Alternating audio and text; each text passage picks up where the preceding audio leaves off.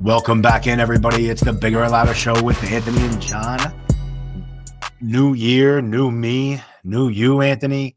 How you feeling? How was the holidays, man? We're wrapping it up. It's good, man. The world didn't blow up as some people thought. We're still here with the lungs in our air, and my Just God, a man, cyber truck, right? Just a cyber truck. Yeah. Every year I'm thinking like this is the year where technology takes over and it's literally going to be the apocalypse of the machines rising like you see in Terminator. But I can pleasantly say I'm pleasantly surprised that we haven't reached that point and we're not here currently. So yeah, we are. We've had a stay of execution. We've obviously got, the historic date of insurrection approaching. Also, my nephew's birthday. He was literal birthday. He was born on the day of the insurrection, plus the inauguration. So we're gonna have an interesting January here.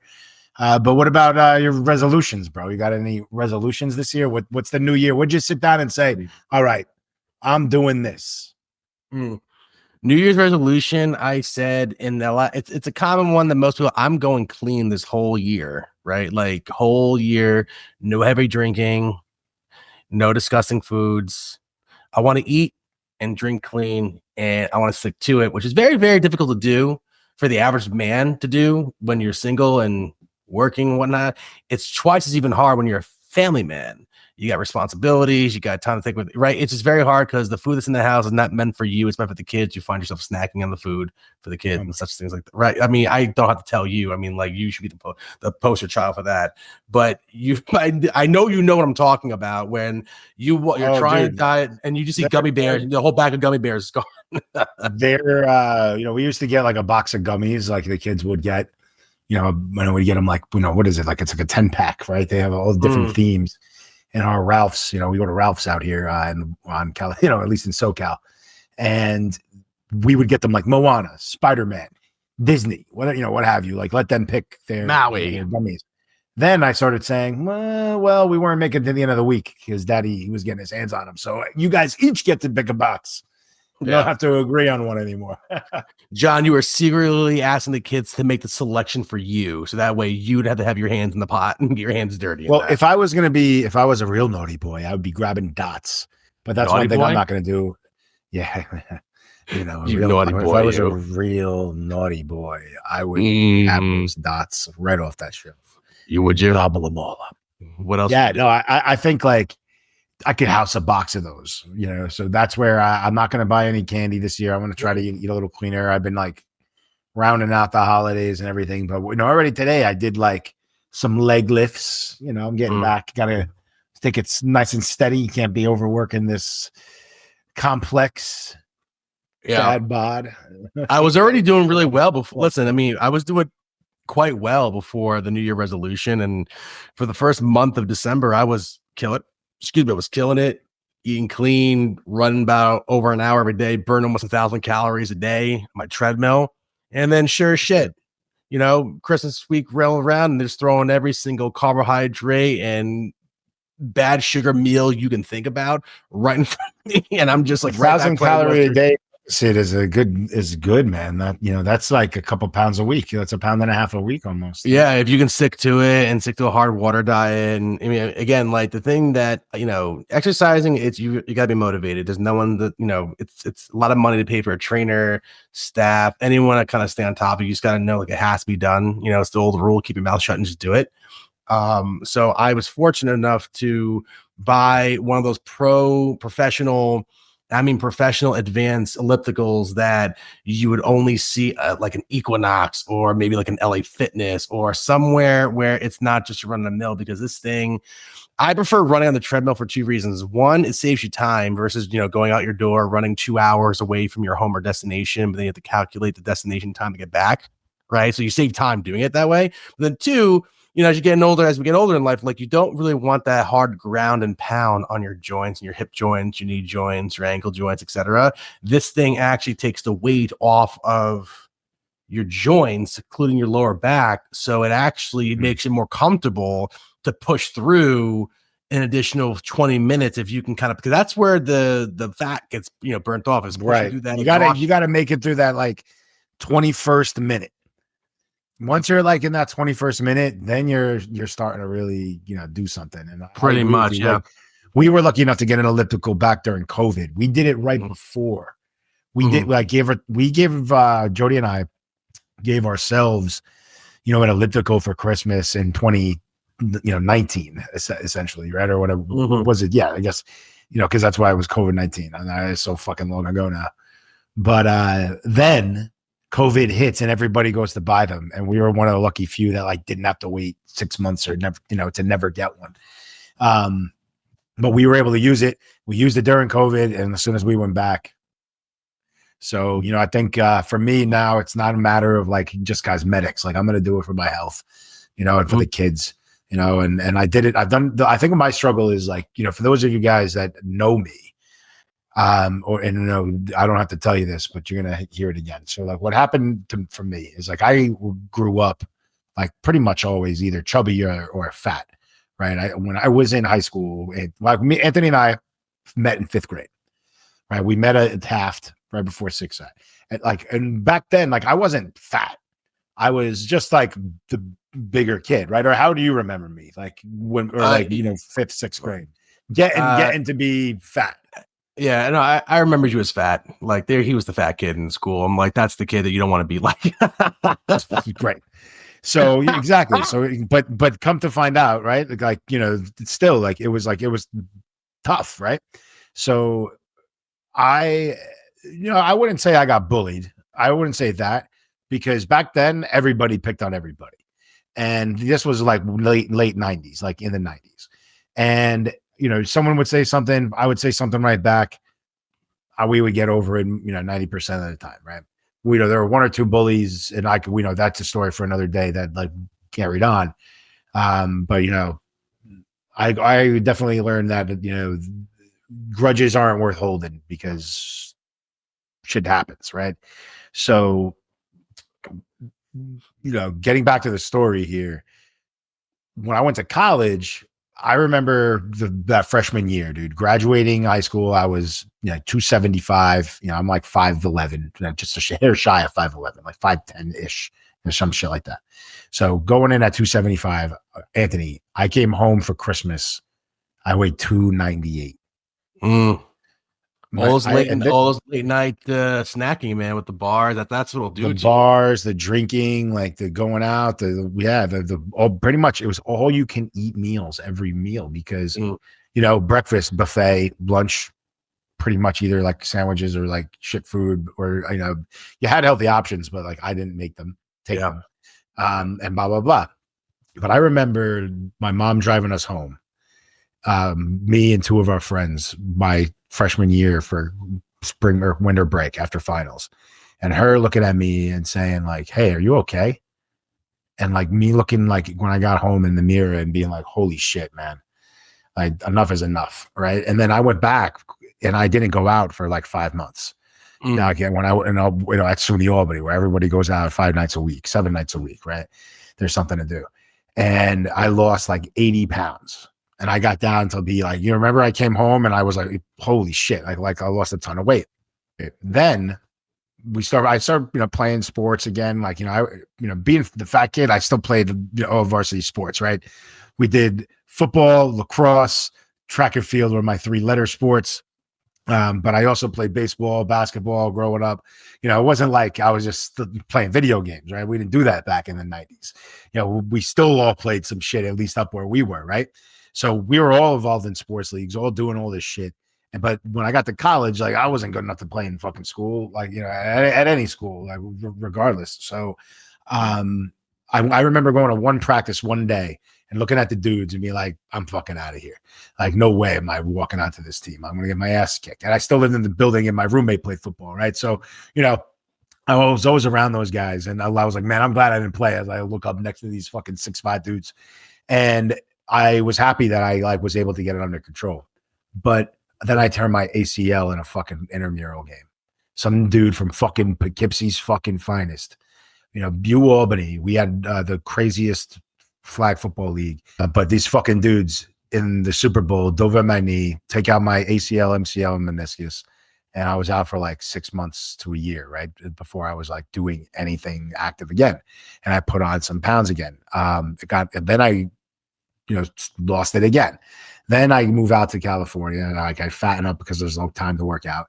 But then I lost it all, right? I got down to the best I ever was. I was like 212 pounds when I got married, 212. And I was around that weight, 225 pretty much from, 2008 to 2000 or like late 2008 to 2000, I'd say 2009 to 20, I don't know, 2015, right when we got married. And then, we went downhill with both of us. So Jody, we stopped taking care of ourselves and focused on other things like our careers and then the kids. We had kids right after we got married. And then, our health, kind of just went to the side. So, we both kind of have been more, conscious lately, but we I've made a commitment now. Like we're going to try to really do this fucking thing. So, get healthy and like make sure that the kids have like, healthy lifestyles to, model themselves after. Because, enough is enough. Like, I don't want to be unhealthy and take like this, like, Wegovy shit, which I was prescribed probably, I don't know, 6 years ago. Kobe. What is that? Yeah. What, prescription? It's another type of Ozempic. It's like a different brand, basically. But like, I think it functions a little bit differently. I don't know the science, but we could talk about that sometime with people. Very interesting subject. I mean, look, I'll tell you this, man. Like, here's my 2 cents on that. Like, I'm very much a proponent of not putting in artificial substances in one's body to help them accelerate the metabolism to burn extra fat, specifically in husky people or fat people or super duper fat people. I think the way to do it is like you just have to just be very more conscious in calorie deficits, number one. And two, it's just being completely diligent with a very regimented. It's so much easier said than done. And this, bro. Like, I don't want to, so that though, right? Like, it's easier said than done. Like, we should be more regimented. We should go for more walks. We should do more of this, like, if, blah, blah, blah, blah. Like, of course we should, but like now it's about like, I don't know what the fuck else. Like, so here's all right. So John, here's where I guess I'm going to ask you a question. Like, you lost the weight twice in your experience. I think one time, if I'm not mistaken, didn't you just go on a complete celery diet? Cause I kid you not, like you were about as skinny as a fucking flagpole. I think it was actually quite scary how skinny you got down. So I guess like, why can't I can tell you the secret? Why can't you follow that same? Why is it so hard to just like, okay, I can tell you exactly why that this is. Okay, well, let's get a little bit deep here. I feel like during my layoff, I did squander an opportunity to get my health back in order because this is what it takes, Anthony. When I was a freshman, the year that I lost 80 pounds in 5 months. Not exactly what you would call like healthy, right? But I lost 80 pounds in 5 months. The way that I did that was I was able to dedicate, and mind you, I was in school, right? So this is where the biggest predicate to all of this. I was in college, a freshman. I go to school. I didn't do well my first semester. I think I got like a 2.7. So my dad was like, "What the fuck?" And like, "You got to step it up here, bro, sonny boy." So I was like, "You're right." So what I did is I dedicated all my school time and study time right off the bat. Like I didn't make a calendar, but like I was like, all right, I got from 8 a.m. to basically 1 p.m. of class. Not every day, but like on average. I will then make time to not leave the campus lot until I study for all the shit that I had to study for each day for like a 2-3 hour, whatever it took till after. But because I had the luxury of living on campus with incredible for what it was, incredible fucking workout facilities at UA. And what I would call like from, not state of the art, but like very close to state of the art and state of the art for the New York Giants who actually practiced there back in 2004.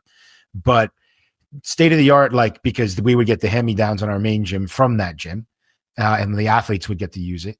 Then it would go to some of these other facilities. And then in each campus quad, there were 4 of them. There was also like workout shit. Like you would be accustomed to seeing at that US Fitness Pro on 208 down near, when you were driving up near the driving range, all American Self-Defense, you know what I'm talking about? Like that kind of gym.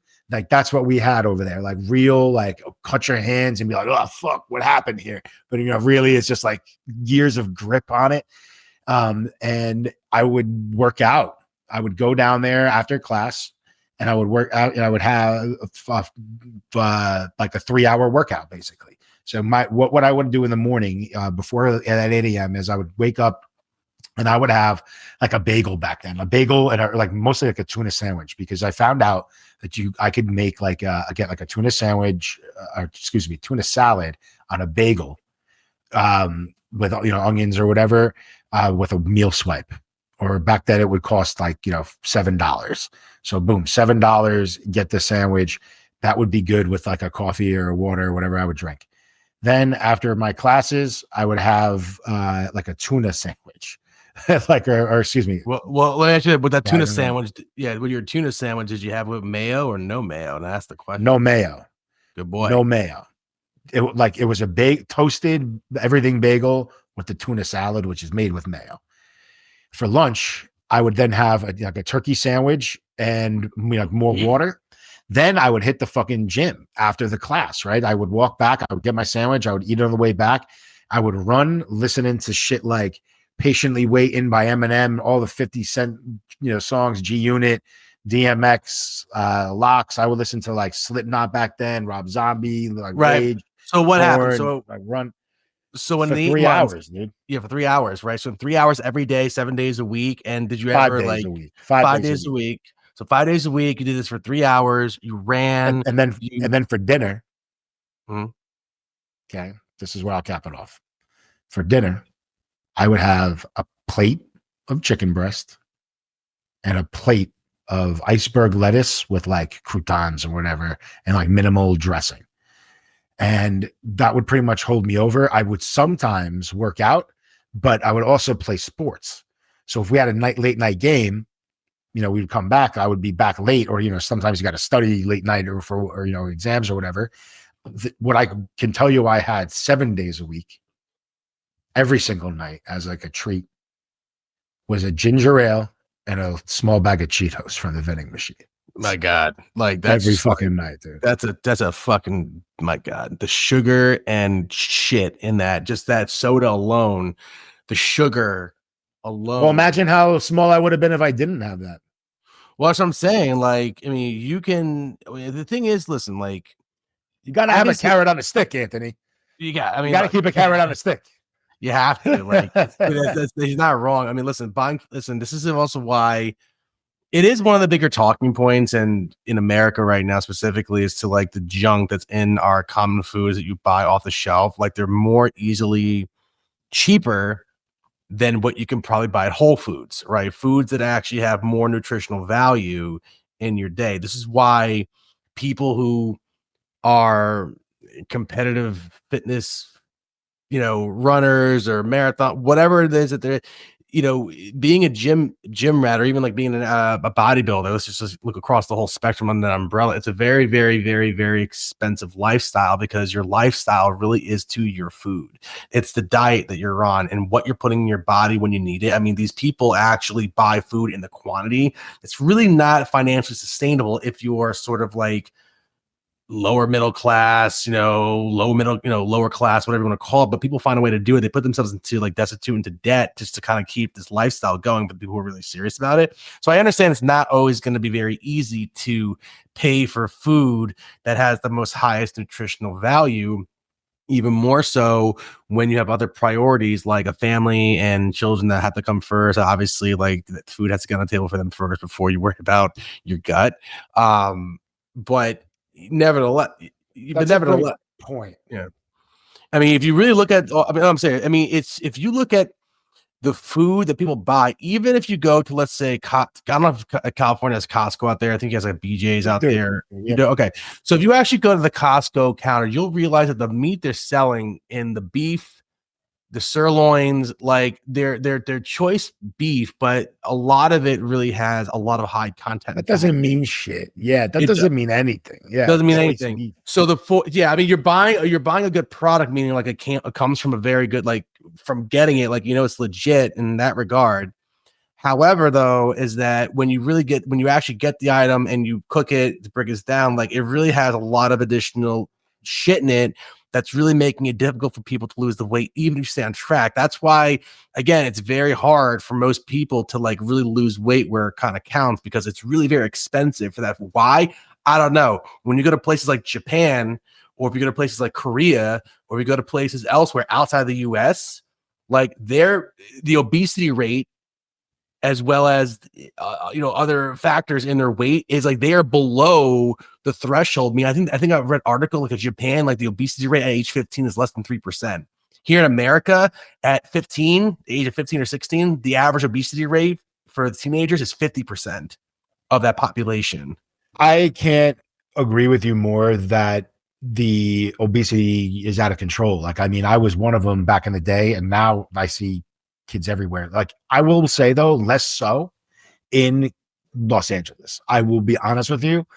I do not see it as such a widespread problem in this, like the city of LA or the greater region. My kids, thank God, don't take after me. They like both are in like great shape for their age. They're not like chunky or anything like that. Even like they're like healthy size and a healthy weight. In fact, like I always say to my daughter, she needs to eat more, and like Julian doesn't stop eating. We make sure that, we got to like cut him back. He always wants sausage with his eggs. And I'm like, you got to stop with that. Substitute for avocado, put a healthy fat there. Right. Exactly, dude. Well, he eats a ton of avocado. So now here's the counter, and this is why they're in shape. My mother-in-law cooks pretty much everything. Like she doesn't get takeout, right? Like she makes like soup. She gives them sandwiches, like whatever, like of like fresh stuff. And like, that's what they eat. So they've been eating like that since they were born, so they've been doing really well, like in terms of like diet and health. But like the thing that I would say makes it tough for me here is like, I don't need to eat something different every day. I can eat the same fucking thing every day, all the time. But that's not good though, John. I'll tell you why, because a lot of people think that if I just stick to the same meal, I'll pick two items out, broccoli and chicken. Let's just stick to that. Yeah, I think if someone put a gun to your head, you can probably eat that meal for a whole year if you were inclined to do so. However, when you really kind of stronghold yourself or anyone to saying, I'm just going to do this because it essentially cuts out everything else that I know about and focus really what's in front of me, eventually you're going to get sick and tired of it to the point where you're going to find yourself snacking outside of it. And eventually you're like, well, I can always as a protest. It's pretty much. Yeah, no, I'm with you. I'm with you. That's what makes it tough. I'm with you, bro. I'm not going to even debate you. Yeah. So the thing is, like, so I remember like a lot of companies are trying to get on the bandwagon by sending, more nutritional meals that have a lot of more nutritional value into it, like in a box where they set your meal prep. So it's different every week. You can subscribe to some of these food companies that says, okay, week 1, ton of salt, meal, right? Ton of fucking salt. That could be one too, that's why you're completely right. Like, and if you're younger, like, and you're working out, like, you can have a lot of salt. You can do that. It's the sodium, especially getting older. That's what I'm saying. That's what I mean when I say salt. Like, it's the sodium, right? So, to me, when I was maintaining my weight and like still in shape, the best thing that worked for me, and what I'm going to try to get back to, are these like small snack like meals that like kind of sustain us throughout the day. Where like I'm going to wake up and I'm either going to have like toast with an egg on it and hummus. Maybe I'll spring for a little cream cheese once I get down the road, right? Like, but I'll start with hummus because I used to love that, or like I used to do avocado too. But like I'll now that you mentioned it, what I'll do is I'll have the avocados ready for the kids too, right? For their eggs and like blah blah blah. So the eggs and avocado, like and on toast. Then I'll move over like later to either like apple or banana. Then the other snack I'll have is yogurt with granola. Like I do like a Greek yogurt with the fat, not the Mm. non-fat, because that shit has other shit, right? It's all fucked up. So I get the one with the fat. Then I'll have like a big salad for lunch. But that was my thing. At Paramount, when I worked there, I would get a salad every single day, 5 days a week. That was the best thing. That's how I maintained it, because it fills you up for the rest of the afternoon. I have a snack before I go to the gym, and then I'm ready to go. And then for dinner, you got to keep it light. Now, this is where you were right. If you just have chicken and broccoli or some shit every day, it's going to get monotonous. But here's what I did substitute. I would do basically a bowl. And again, like it was like a bachelor bowl. And I always said I would want to cook do like a bachelor cooking class, which we can talk about, Anthony. But I would come home and I would either do like rice, white rice, brown rice, or quinoa. I would do, or pasta. I would do like penne or like, little spaghetti sometimes. Then I would do either spinach or broccoli, one or the other. And like I hated fucking kale, and kale is meant to as a garnish, not a food. Number one.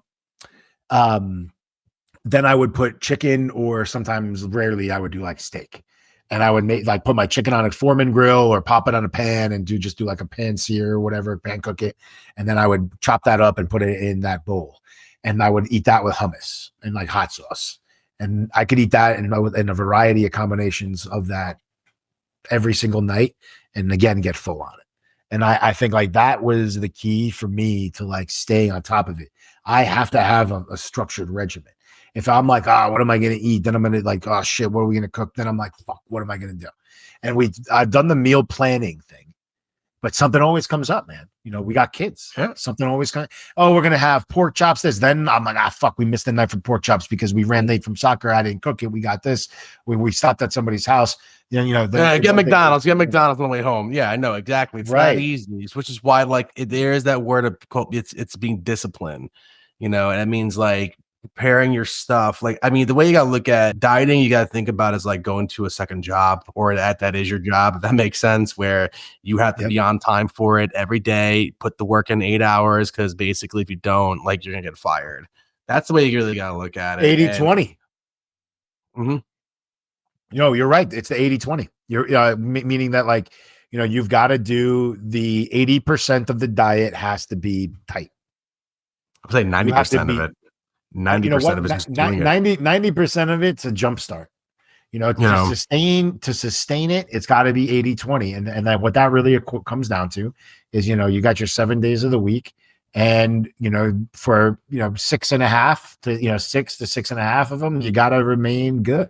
What I was watching that got me like re-inspired not long ago was like Arnold's Pumping Iron. Yeah, you remember Pumping Iron? Sure do, man. I loved that, and like that to me was awesome. And I don't know where it is. And like, Evan, if you're listening, do you have my Arnold fitness book? Thing you gotta remember is like dieting in the 70s, or what they thought was considered the norm, yes, had results. But if you look at what they were putting into their bodies then, even like really fit people, it's like light years ahead of what we found in the science and the research that people have just put into learning about it. So if you follow his diet plan, I'm sure it's going to work to some degree. However, though, is like they've been finding, even in like there's a show, I think Zac Efron was in a show on Netflix about finding like superfoods across the world that can boost your metabolism. They're meant for fat burning. They're meant for lowering like cholesterol, sodium, so on and so forth. And we've actually engineered a harder science behind not just the food, but what you're putting in, when you're putting it into your body, and the timing of it, versus he might in his book just be like, oh yeah, Monday eat chicken breasts and green beans, right? Like eat anything you can out of a bag or off the shelf. But like that's again ties back into the problem of what we were talking about earlier, that the foods off our shelf, more so than not, aren't exactly the best fitted. Okay, let's talk about this. Yeah. Anthony and I famously try to avoid politics, but we're going to mention at least one guy's name here. RFK Jr. has this, and I don't listen to this guy speak, so I'm not going to try to get into the details of what he's. I will say, he is like a flat earther. He's like as crazy as those flat earthers. Right. So let's just say that the thing that he's on about is the FDA. Now, I agree wholeheartedly and you're going to hear this on 1,000 different podcasts, and every time you flip your fucking Instagram or TikTok reel, that the shit that they put in American foods versus the shit that they put, or I should say the lack of shit that they put in European or other countries' foods, should be making us outraged. I'd say I'd use the pun, it should be making us sick, but that'd be literal. Yeah. It's what's keeping us sick. You know, one of them of many things. So one thing that I'm on about, and one thing that I would love to actually reach out to somebody from high school who I could probably say we've never had a conversation with, and you know, I'll talk to him before I mention his name. But he, a couple years ago, not that long ago, started a homestead. He started a farm. Now he's got fucking a dozen plus chickens, a rooster that apparently will cut your head off or try to get you if you go near them. He's got pigs. He's got like a whole farm. And I'm interested to hear what like motivated him to do that, because here's where I do think there's like a cross section of Americans that we have to start realizing again that we're more alike. We might have some very strongly different opinions, but like I also believe that like we got to get back to learning some of this stuff and doing some of this stuff on our own, and like being engineers, being farmers, and understanding crop cycles and how to raise and protect and I guess like medicate or take care of livestock, because it's fucking inevitable, dude. Like it's inevitable. Some shit is gonna pop off at some point. And I feel like, this guy's got probably a shitload of guns. Why do we know, that's for sure. He's got a farm, he's got pigs, he's got livestock that he could, raise his family on. I'm sure being, where he's from, he's got access to clean water. So, I'm interested to hear like about like that type of lifestyle and those choices, because that's where you can start guaranteeing the quality of your meat. One thing here, and I'm wondering if you've heard about this, Anthony, but like one thing that we do in the States that they don't use elsewhere is they spray, excuse me.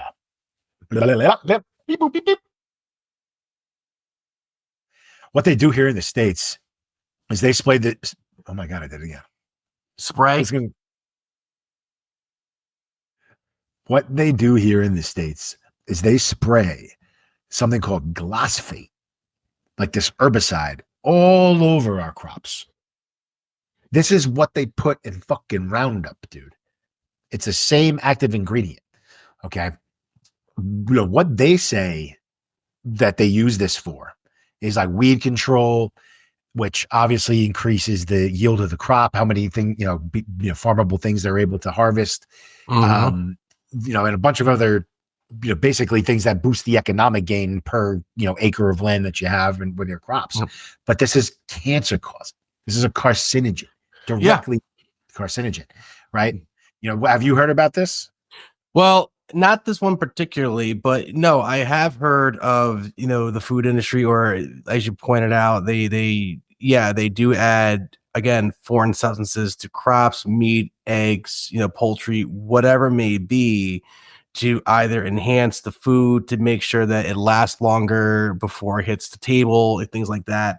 And again, right, like, because particularly with the glyphosate, I didn't really hear that particular one, but I'm reading now, they're going to ban it now, right? Because it's got the carcinogen, or the connection to the carcinogens as it, applies to the food and crops. But again, this is what I was talking about earlier about, like, just because you're buying, green beans or corn or vegetables in your local grocery market doesn't mean that it was literally just farmed that day and then sent to the grocery market. There needs to be something put into these foods, because you got to remember, one of the biggest things with the farming life is like, it is the most pivotal business to any country, because they farm items that we all need. If it's not food, if it's not flour, or it could be anything at all. You gotta remember, one farm could be over 200 or 300 specific grocery stores. And while you're trying to farm this, you need to keep your produce and or stock in shape and good to go before you sell it back to the grocery stores. So you got to keep adding things to it to preserve it. Now, again, like, this is also why it really raises the question between that point, whether like, is that really kind of ethical? I don't know. because I understand, like, if you're kind of harboring, or not harboring, but rather if you're sort of responsible for distributing your farm items to these grocery stores, yeah, that's a business in itself. But again, you got to make sure like none of that's kind of spoiled before it hits the fucking market. But on the other side to it, even if you go like removing the farm, the farmers out of it for a moment, this is also where, again, if you look at cereal, for example, if the sugar coated cereals or anything that's kind of like you would typically see in your grocery store currently right now, again, they're adding items to it so that way it sustains longer, because again, in some shape or form, it's going to lead to less dollar cents when they try to sell it later down the road, right? Like if I know your product is spoiling in 3 days, I'm not going to buy it as much. If I know it holds for a week or 2 weeks, I'm going to buy it probably, right? That's what it all comes down to, is cutting the corners to make sure like our items are there's a bit of a little bit more of a longevity to them versus just buying something from the store and all of a sudden risking the fact that this thing might spoil within 2 to 3 days. I believe you said something, I think if I'm mistaken, John, you had an incident when you went to Mexico. I think you had steak that was sitting out for like a day and you got sick. Whereas if you did something like that here in the States, that wouldn't necessarily happen because they're being filled with external chemicals and ingredients. So that way it will not spoil as quickly. Same thing with dairy, poultry, beef, eggs, you name it. Even if it's not sprinkled on immediately, again, it's being fed to the chickens, it's being on the livestock, on the crops. In some shape or form, they're adding things to this to preserve them before it hits the grocery stores. Yeah, I think that's killing us, man. I think like that's killing us. Like I'm not. That's my point. I'm like, I think this guy's fucking nuts, RFK. But if one of the things that they're gonna try to do, and I don't think that this is gonna happen, because of course not. But if the Trump administration and vis-a-vis RFK Jr. or whoever were to go after companies like Monsanto that will own and like basically the rights to all of the herbicides and the seeds and all the bullshit, all of their like R&D basically that goes into the agriculture, and like companies that are like them, although they would pale in comparison, then I would start to applaud them. If they would go after some of the pharmaceutical companies, which Bayer now owns Monsanto, but that's a different story. If they were to go after some of these companies and say, you know what, you need to stop poisoning us, you need to start taking this shit out. That's never going to happen. Right. Then why I it's would not going to happen? them. You know why it's not going to happen? Oh, I know. Yes, I know why. Go ahead, tell us. Well, no, the reasoning why, yes, fucking money, baby. Well, that too, but now that only. What I'm saying is that only. But go ahead. Right. Yeah. What I'm saying is that if anyone can pretty much dot the I's and point all the arrows to the reasoning behind it, they're saying, well, there it is. This is the problem. Why aren't you getting rid of it? The reasoning is because they're going to come up with their own case studies being like, well, look at these other people over here who have not gotten sick or ill from our products as well. It's called the error. This is the same thing we see in people who are habitual smokers, right? Like we all know tobacco smoking is guaranteed to lead to health risks such as, but not limited to, heart disease, lung cancer, diabetes, among other things, right? And the questioning is like, well, if it's leading to all these problems, why are they still selling this poison? How can they still be selling it? And the reasoning is behind it is because they're going to do their own studies showing you, well, look at this other population of people that were not getting sick as a result of it. Even if it could be a small amount, like they're going to fight back saying like, well, our product is fine because we can guarantee there's a percentage of people who don't get sick as a result of it. And now you're really comparing like the macro versus the micro percentages of it to say like, well, which one really holds more weight out of it? I mean, dude, look, like that's the reality of it. All these ingredients and chemicals that they add to our food are just so that they can stretch their margins, increase their profit, dude. And I think that's the reason why things won't change in this country until we have campaign finance reform. Again, a very here's what I think, John. Here's what we should do. We pack our bags. Let's pack our bags and we move to Japan. Because Japan is running circles around us in terms of their economic status, their health status, their everything. They work as a unit, and they operate as a free country with freedom of speech and all the bells and whistles that we get here in America. But somehow we have two very similar countries, yet we're fucking up in more ways than none. But again, I'm not going to get too much in the weeds of this because it's a very big month hot potato. No, fuck that, man. Go ahead. You go. All right. So like, you would move to Japan, but I would go to like Guatemala. I would. No way. Oh yeah, because there you can get so much property. Like you can raise cattle, you can have any type of crop you want. You can drive to the city and have an entire fucking floor of a 20-story, 30-story building with an overlook of the city for like, less than, about $250,000, dude. It's nuts. And it's not what people say it is. And we've talked about that in the past.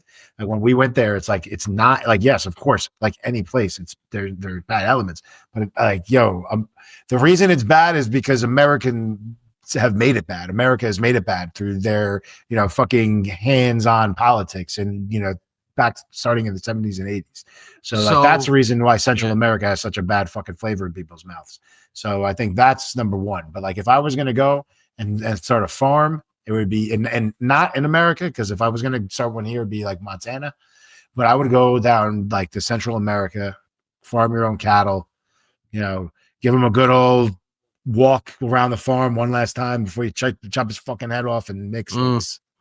Well, I know for a fact that you would never be a farmer, because I know I would never be able to farm and maintain those animals, etc. It's in my blood.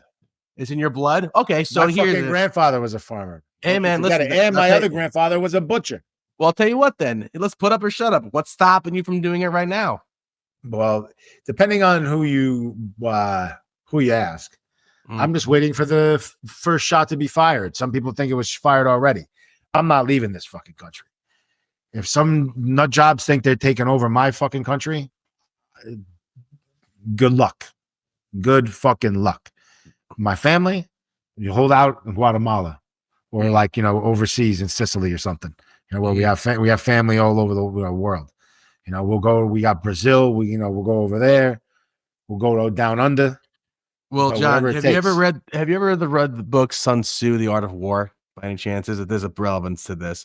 You're saying that you don't want to leave this country. No, you don't want to. You have all these gripes and complaints, and most of them are pretty much valid to some degree to where you're expressing them. And obviously, you've expressed that, hey, man, like America's got a lot of is giving you problems, and you disagree with a lot of it, but it's not going away. So, but yet you're also the same person saying, well, I'm not leaving anyway. I'm gonna suck it up and deal with it and complain about it more. So my question to you is, if you think this is a failing, sinking ship, lack for a better way of saying, to the degree in which that you think it is, and it's not meeting up to your requirements, more or less, why would you stay then and go someplace else where you can essentially not only live the life that you want better, but also they embody the vision by the way in which they live their life that you would that I'm defining. You have asked a question that I've waited 30 episodes, 30 plus 30 episodes for. Wow, 30 episodes. Holy shit.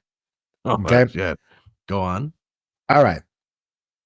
There's no hiding my beliefs. Back in 2015, not 2016, back in 2015, I felt like a shock. Okay.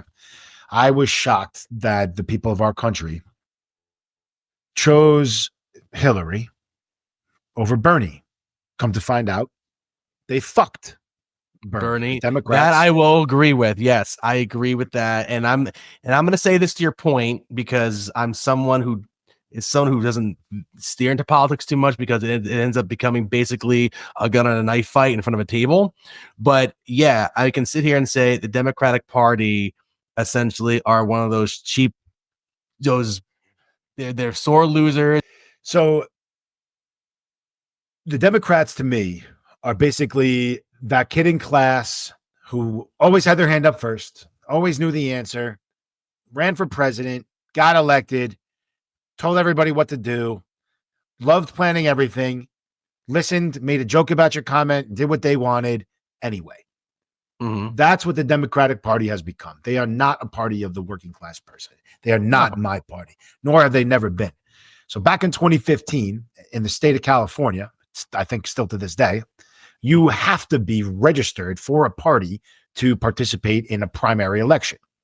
Therefore, for me to vote for Bernie Sanders, I needed to become a registered Democrat. Mhm. Like I swear to God, I don't know why I'm actually getting emotional to say that. Like I was like, I never wanted to pick a fucking side because I thought it was all bullshit, Right. but I had to do it. Then I saw a man who for his entire life told everybody else to his own detriment, the man never did anything. He's laughed at. Was a laughing stock who said, I'm here for my entire career for the working man.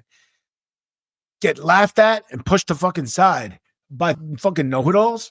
Mhm. The one person who could actually look a person of color in the face, who could look a person of color in the face and say, the white man is struggling in this country and you need to listen to them too. Okay, because that was the fact. That's why no one listened to the Democrats, because they were just so fucking arrogant, so snobby. Well, that's what and they carried it with them. Yeah. They're carrying it with them. It's like a badge of honor. Yeah. Enough is enough. Yeah, man. The thing you got to remember, man, and listen, I'm sure your parents have said this, as many parents said this between the baby boomers and, et cetera, is like many years ago, stereotypically speaking, like, the Republicans were more of like what you might assume they were, which was like, suit and tie people, money, money, money, money, fuck over the small people, et cetera. And you had the Democrats who were essentially like the good guys. Like they were the ones fighting for, unions and the smaller men and people who didn't really have the same, et cetera. They were the good guys, right? That was how they were viewed. Now that power has, pretty much switched on over, where now you have these sort of like Democratic, ivory tower college people going to school who are very smug and very want to be know-it-alls, and they want things a certain way. They have ideas that sound like great ideas on paper, but when you actually apply them into practice for more sums than that, they don't necessarily work the way they do, except for the people who actually were the ones pushing forth an idea in one way to another.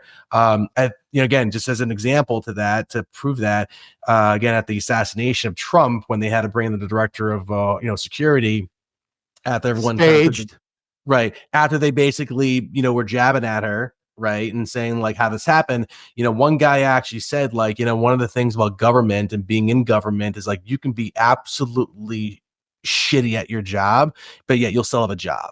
Right. Like it's one of those things that you can be so bad at your job in politics that, again, you can still keep your job. But again, digressing a little bit too much. I think you need to make a distinction, because there's politics and there's government, and they're two distinct things. Right. I mean, government politics to me kind of go hand. I use them synonymously sometimes. Yeah, but don't, because fine, politics is different.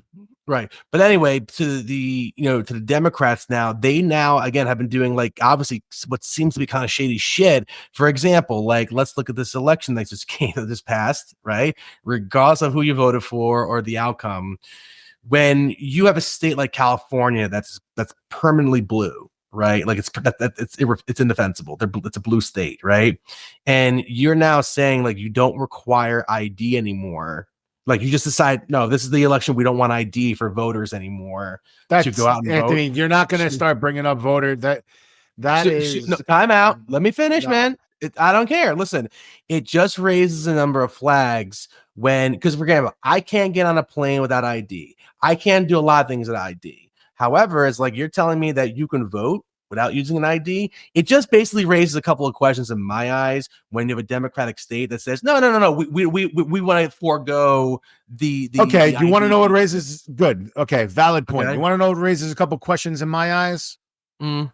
Gerrymandering, where Republican states that are permanently red, the ones that apparently rule this country because land has a fucking vote. Okay. There are more people in the city of Los Angeles than like 3 or 4 states, or maybe even more combined in the Northwest Territory, bro. Like, get the fuck out of here. Like, we're letting land vote still. We are outdated. We are letting land vote, and we are letting people who are isolated from any type of diversity or culture or anything have the same voting power based on electoral college that we do living in a city of 8 million, even like in New York. And don't get me wrong, I've always said this. Californians, especially in LA, we wear blue colored glasses. Everyone thinks because it's all progressive, it's all right. But like this is not a party thing. And I think like before we get too deep down in Anthony, this is not a party thing. This is about the money. And people like this is about money versus no money.